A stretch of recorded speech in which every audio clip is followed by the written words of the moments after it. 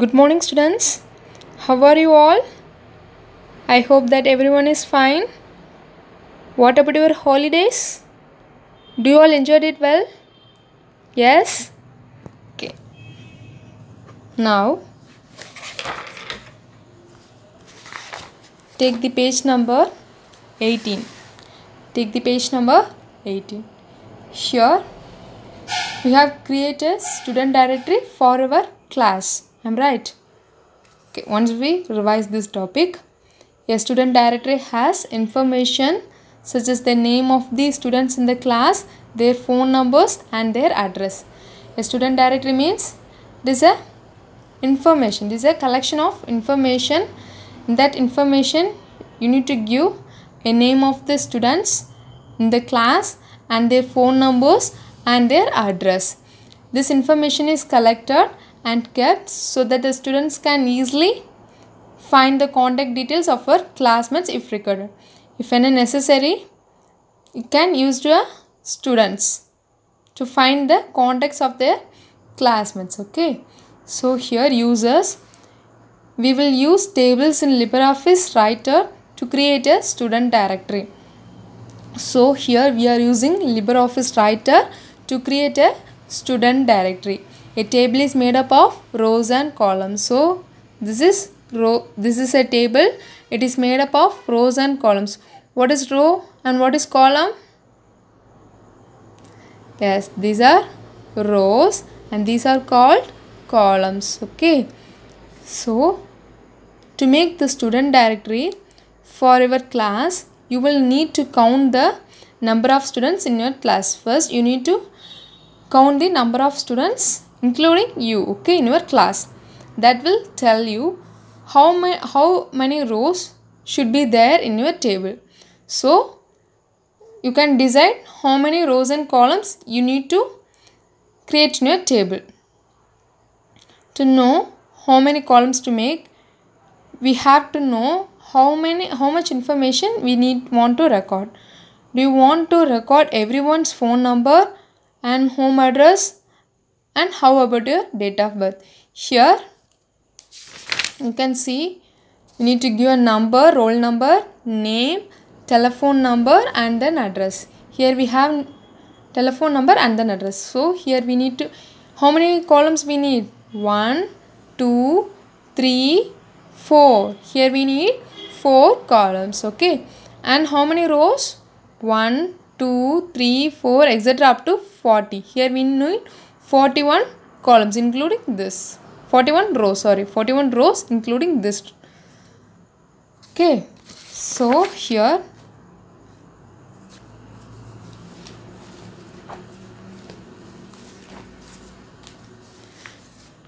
we will discuss how to add or delete a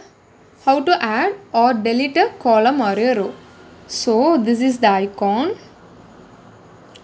to add a new row.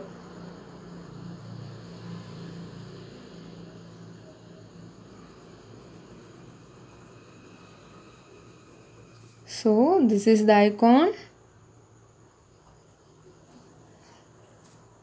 Add a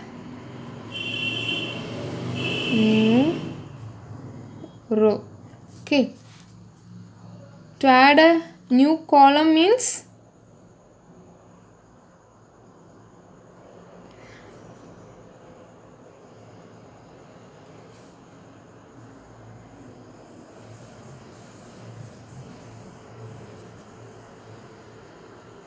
okay.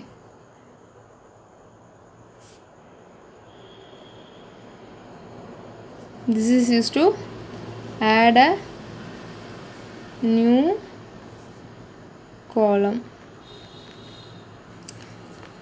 Okay, to add a new column in left side. In left side, okay. To add a new column in upwards. Okay, this is used to add a new row in upwards, and this is need to add a new column in the left side. Okay.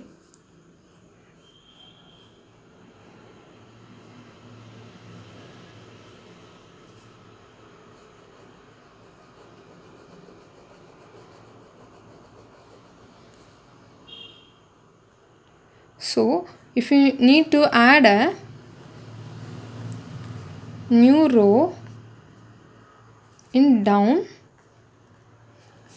direction means you can use this icon. Okay, you can use this icon.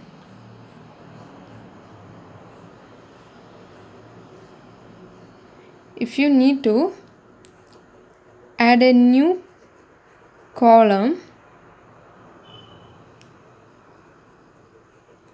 in the left side means you can use this icon. Okay, add a new column in right side.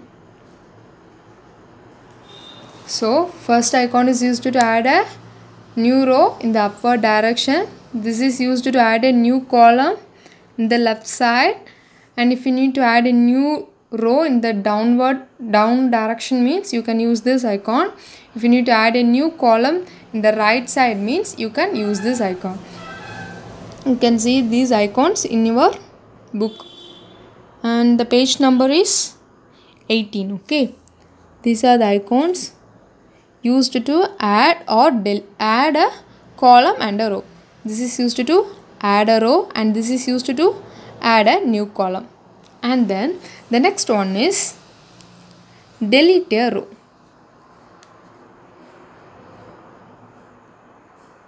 If you need to delete a row, you can use this icon. Okay, this is used to delete a row. Okay, if you need to delete a column means you can use this icon.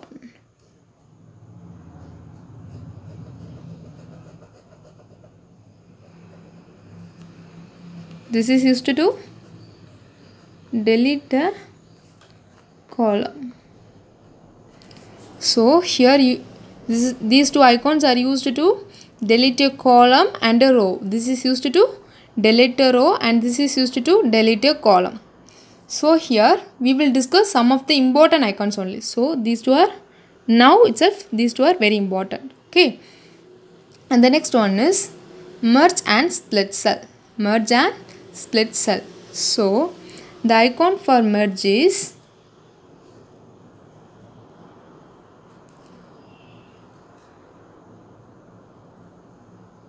this is the icon for merge and split.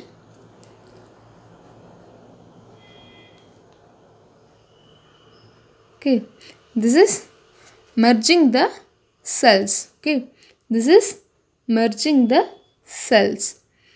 And if you need to split this cell means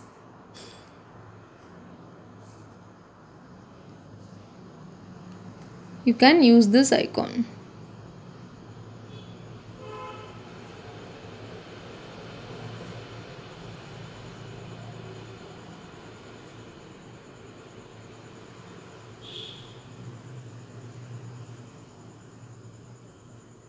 This is the icon used to split, and this is used to merge. This is used to merge the cell, and this is used to split the cells.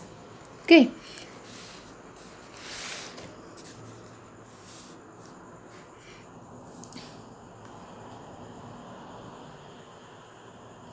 This icon is used to align the text in upwards.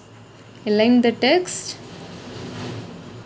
in upwards. Okay, and this icon is used to align the text in the center. Align the text in center. Okay, the last one is